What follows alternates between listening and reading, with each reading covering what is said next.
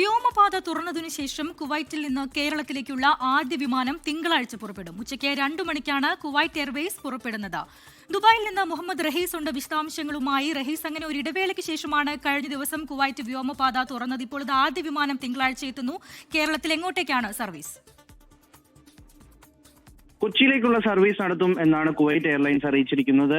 അതിന്റെ തുകയടക്കം നിലവിൽ പുറത്തുവിട്ടിട്ടുണ്ട്. ഏതാണ്ട് ഇന്ത്യൻ രൂപ 56,000-ഓളം വരും കുവൈറ്റിൽ നിന്ന് നിലവിൽ കേരളത്തിലേക്ക് എത്താൻ എന്നുള്ളതാണ് ഇപ്പോൾ പുറത്തുവിട്ട് വന്നിരിക്കുന്ന വിവരം.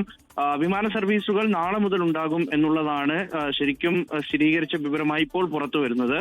എന്നാൽ കേരളത്തിലേക്ക് തിങ്കളാഴ്ച മുതലാകും സർവീസുകൾ ഉണ്ടാകുക എന്നുള്ള വിവരം കൂടി പുറത്തു വരുന്നുണ്ട്. എന്തായാലും കേരളത്തിൽ നിന്നുള്ള പ്രവാസികളെ സംബന്ധിച്ചിടത്തോളം വളരെ പ്രധാനപ്പെട്ട ഒരു വിവരമാണ്. ഒപ്പം തന്നെ വളരെ ആശ്വാസം നൽകുന്ന വിവരം കൂടിയാണ്. കാരണം ഏതാണ്ട് ഫെബ്രുവരി 28 കഴിഞ്ഞ് ഇപ്പോൾ ഏതാണ്ട് 2 മാസം ആകുന്നതിന് ശേഷമാണ് ഈ കുവൈറ്റ് വിമാനത്താവളം തുറക്കാൻ കഴിഞ്ഞിരിക്കുന്നത്. നിലവിൽ എന്തായാലും സുരക്ഷാ പരിശോധനകൾ മുഴുവൻ പൂർത്തിയാക്കിയതായും യാതൊരു തരത്തിലും ഇനി ആശങ്കയ്ക്ക് ഇടയില്ല എന്നുകൂടി ഇപ്പോൾ കുവൈറ്റ് ഏവിയേഷൻ വിഭാഗം അറിയിച്ചിട്ടുണ്ട്. എന്തായാലും തിങ്കളാഴ്ച മുതൽ സർവീസുകൾ ആരംഭിക്കും എന്നുള്ളതാണ്.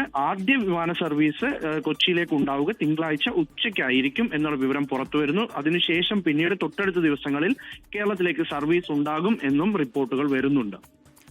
ശരി, റഹീസാണ് ദുബായിൽ നിന്ന് വിശദാംശങ്ങൾ നൽകിയത്. പ്രവാസികളെ സംബന്ധിച്ച് വളരെയധികം ആശ്വാസകരമായ ഒരു വാർത്തയാണ്.